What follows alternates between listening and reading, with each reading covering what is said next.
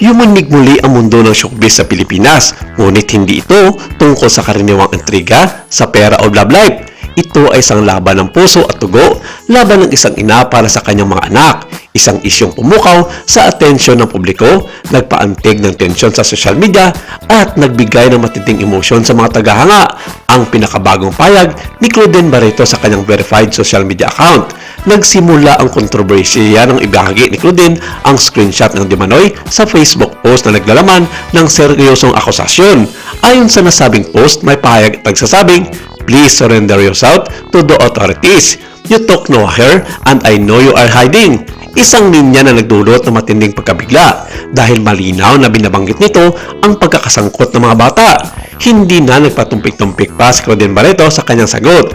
Sa kanyang caption, mariin niyang sinabi, "You do anything bad to any of my children.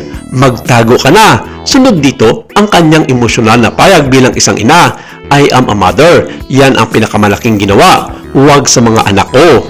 Makikita sa bawat salita at galit at takot at determinasyon ng isang ina na handang gawin ang lahat upang protektahan ang kanyang mga anak.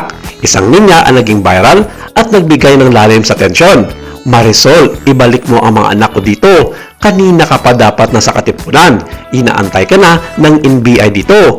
Sa mga salitang ito, malinaw ang sakripisyo at pakikipaglaban ng isang ina sa harap ng isang sitwasyong hindi niya inaasahan. Ang simpleng pangungusap ay puno ng emosyon, mga galit at kahilingan para sa hustisya at kaligtasan ng kanyang mga anak.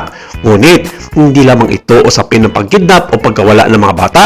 Kasabay ng tensyon ang mga anak nito, ibinahagi rin ni Claudine ang larawan ng isang promissory note na di umano'y may utang na 5 milyong piso na parabang isang ransom ito mula sa kanyang dating personal assistant na si Saul. Sa caption niya, malinaw ang mensahe, "Pinatawad kita sa pagnanakaw mo, pero itong ginawa nyo, magbabayad kayo." Sa dokumentong ito, nakikita ang petsa, mga halaga at notaryo na para kay Claudine Barreto ay patunay na hindi basta imbento ang kanyang mga paratang. Hindi nagpatinig si Claudine Barreto. Sa kanyang post, sinabi niya nang may diin, "Huwag ako Saul. You know who you are. Hindi ka talaga titigil hanggat hindi ako mabaliw o mapatay. Nanay ako ng mga anak mo." Ang linya ay hindi lamang payag ng galit, ito ay panawagan, babala at tanda ng isang ina na handang ipaglaban ang kanyang pamilya. Ipinapakita nito kung gaano kalalim ang kanyang determinasyon at paano niya itinataas ang linya sa pagitan ng personal na laban at pangangalaga sa kanyang mga anak.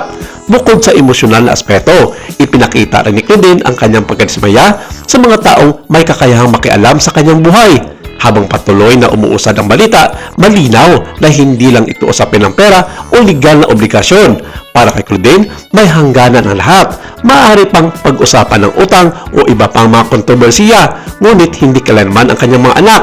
Ang kanyang mga aksyon, mga post at payag ay malinaw na naglagay ng prioridad sa kaligtasan at kapakanan ng kanyang pamilya, higit pa sa anumang pampublikong mga intriga o pangmalas na kontrobersiya.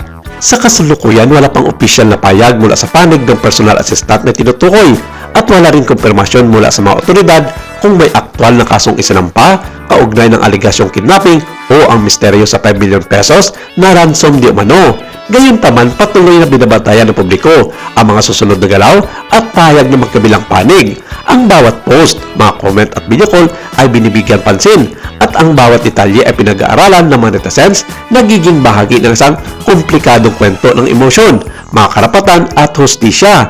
Samantala, sa isang interview, nilinaw ni Claudine na maayos ang kanyang mga anak at ipinakita pa ang video call nila. Ang balitang ito ay nagbigay linaw at kaluwagan sa mga tagahanga at mga netizens na natuwa dahil malinaw na safe at maayos ang kalagayan ng mga bata. Subalit, sa kabila ng pansamantalang kapanatagan, nanatili ang tensyon sa pagitan ng magkabilang panig at patuloy ang interes ng publiko sa kung paano maayos ang sitwasyon sa legal at maayos na paraan.